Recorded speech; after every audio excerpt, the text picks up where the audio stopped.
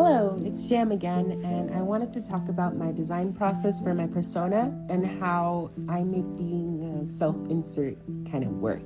But before I get into this video, I wanted to say something real quick.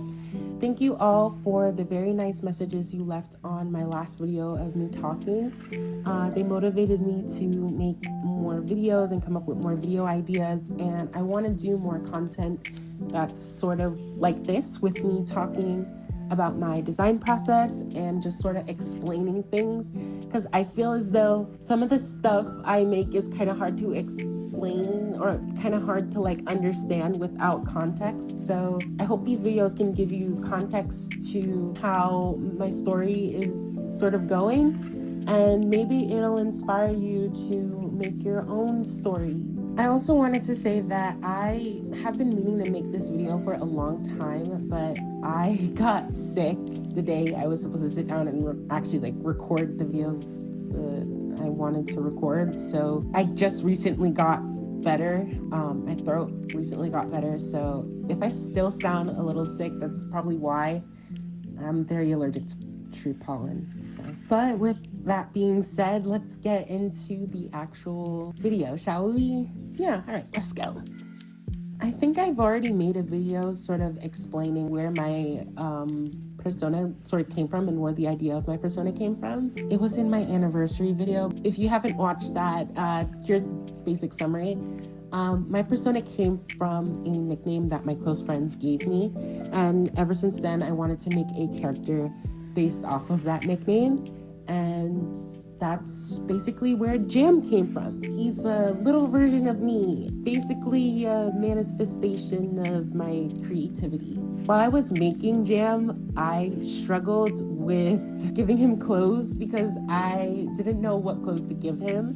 When I made him, I wasn't very good at designing clothes. If you saw my characters when I was little, basically only had a t-shirt and hoodie, and maybe they had the occasional robe or something, but that's basically it. So I'm glad that my persona got a little bit more clothes in his wardrobe. But yeah, my persona also kind of represents me in a few other ways. I like to think that my head is full of ideas that I struggle to get out. So the fact that my persona is a jar that can hold stuff and seal stuff tight is kind of, funny. I also tend to hold stuff in sometimes when I don't know what to say. So it's sort of irony. Okay, now it's time to go over the quick facts I made. I made a bunch of these facts on my Instagram, and I put them into the little story categories. So if you want to read them, because they're a little bit more descriptive and more detailed, you can. It's on my Instagram. Same name as the name I have on my YouTube, Jamamationsttv. But anyways, let's get into it. Okay. Oh my god. So my persona kind of has a little Jekyll and Hyde situation going, but it's not as evil. He doesn't necessarily turn into an evil version of me. The Hyde reference is more of a reference to my struggle with my mental health, and this version of my persona is called Blackberry Jam. The jam inside my head is also located inside of the chest area. Yeah, the context of the jam is strawberry, elderberry, blackberry, blueberry mix. It's a mix of many different berries, but the elderberry tends to have sort of an aftertaste, which gets much stronger in the blackberry jam version. But I don't think my persona can really unscrew the lid, so the jam is kind of hard to get to. If my persona was realistic, it would definitely have all of his body parts just be sort of that realistic texture, sort of looking like a real jar, but the face would be drawn on with permanent marker. My persona can basically do anything as long as I can draw it. So yeah, whatever my persona can't do, it's because I don't know how to draw it yet. But when I do learn how to draw something, my persona can do it. If you notice, my persona tends to switch from a raccoon to a jar. That is because I gave my persona a fursona, and I gave my first I gave my persona the ability to transform into a raccoon. The jam that's inside of the jar turns into fur, but the fur doesn't really taste like jam when it's solidified, so it just kind of tastes like real fur. When it melts, or when my fursona transforms back into my persona, and that process kind of happens in repeat, basically. I tried to animate it at first, but it's kind of difficult to animate, so it kind of just looks like a little poof. The furry version of blackberry jam is called furberry jam because I'm very original. The only way for my persona to eat is when he transforms into the raccoon. The cards that you see following my persona is like a physical representation of like coming up with ideas. The cards come from a little sketchbook, and whatever my persona draws, it materializes into a card that's stored into we'll say hammer space, because I don't know where the cards go after I make the idea. The cards are kind of like a storage system. You can put anything into it and it will stay in there. It's like a collector card or like a Pokeball. It could also keep people inside of it too. Basically just shrinks them down, and like they kind of go into like this rest mode until they come out of the card. The cards can also be used to teleport to different areas. So, you know, cartoon logic, basically. They're also like not very easy to break. They're very durable. They can also change shape and size. They also have a habit of changing when my persona changes like outfits. I kind of started doing that recently. So all of the cards have their own original design depending on what clothes I'm wearing, if it's not the basic outfit that I made for my persona. But yeah, sometimes the outfits my persona wears or the costume my persona wears are representations of feelings or just the things that I like. For example, I made a pumpkins wizard costume, which is basically it came from the love that I have for fall and Halloween. They have their own original card designs as well. My persona can't really take off his shirt. It kind of just sticks to his body and it's kind of hard to remove, kind of like how the characters in the Amazing Digital Circus can't really like take off their clothes. The only instance where my persona can actually take off something is if he is transformed into the raccoon form, where he can only like take off his shirt. So yeah, if my persona gets hurt or damaged in any way, my persona has a little gag where basically if it gets damaged or like hurt in any sort of way, whenever somebody blinks or whenever you're not paying attention to it or it disappears off screen, it just heals instantly. And lastly, the persona kind of picks up the same habits that I have. For example, I tend to zone out sometimes, and when I zone out, I tend to like imagine different types of scenarios and stuff like that. So my persona kind of does that too, but it visualizes the scenarios and stuff like that. I kind of tend to zone out when I'm overwhelmed, so my persona kind of does the same thing. It is literally a mini me. But with that being said, that's all the quick facts I can put in this video. I am struggling to speak right now, so I have to do a lot of editing. Okay.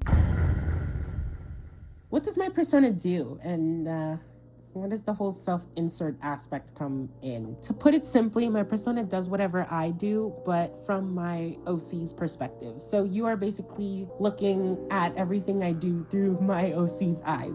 We'll say it like that. So for example, if I'm world building, I tend to go in my sketchbook and like kind of make ideas for the world. My persona does the same, but instead of it showing up like visually to my OCs, it just shows up as one of the cards. If you see my persona around these two small characters, his name is Owen, his name is Penny.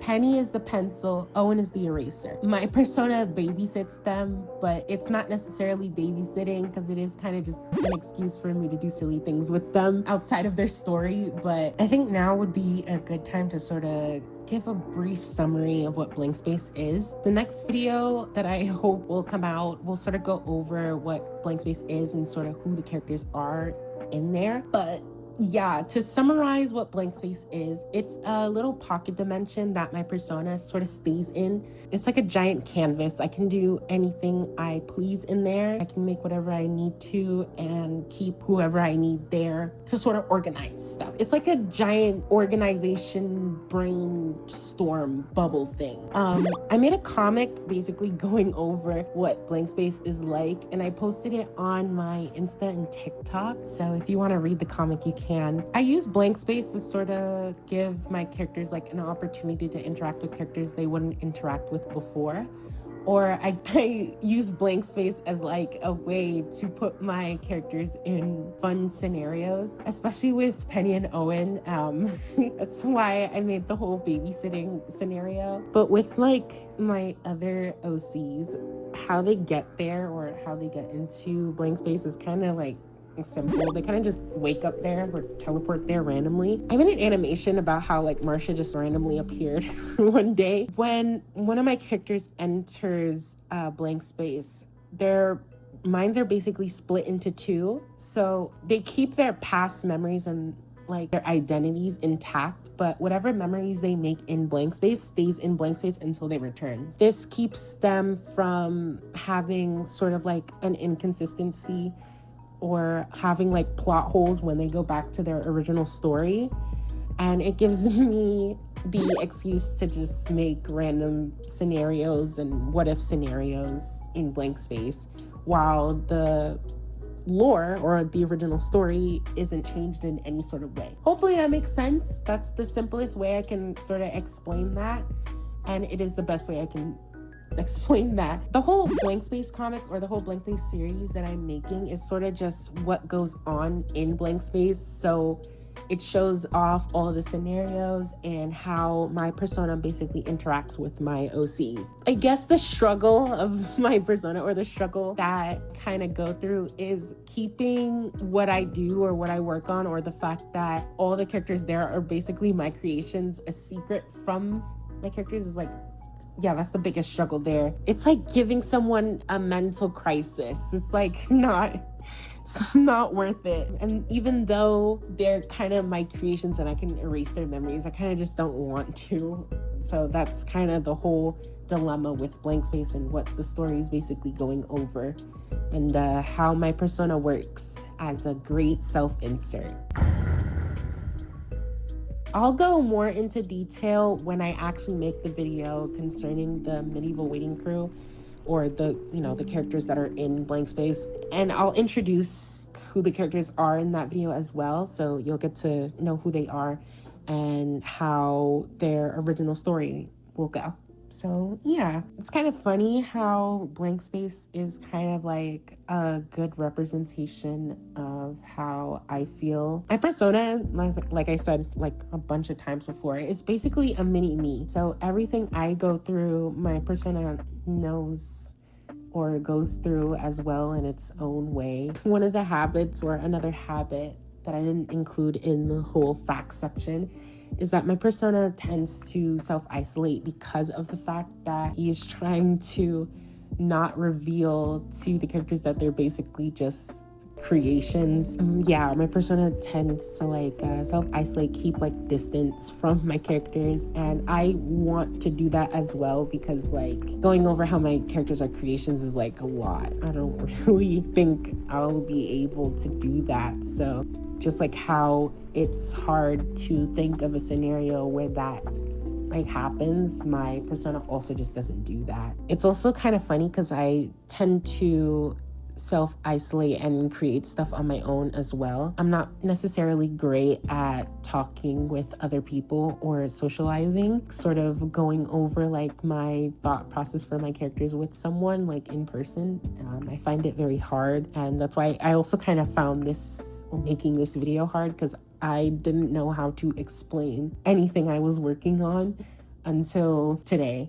And I'm glad I sat down and actually wrote down ideas and like basically how everything works. But yeah, I guess I will end this video here. If you have any more questions about my persona, feel free to ask. I tried to go over everything I can. Again, I have like in the little story section under my Instagram, I have like more detailed facts if you want to like learn a little bit more about my persona. But I really love my persona. I put a lot of effort into him. I am glad that I finally have someone I can share my love for me. Wow, nope. I'm glad that through my persona, I was able to give myself more of time to really love myself and appreciate myself through my persona and through me. So yeah, but with that, this is the end of this video. Again, yeah, if you have any questions, feel free to ask. I will try my best to answer them, or I will make a separate video Q&A. So yeah, that's all I got. Bye. I'm gonna see if I can edit this because I feel like I messed up on a lot of parts. This is gonna be fun to edit. Yay.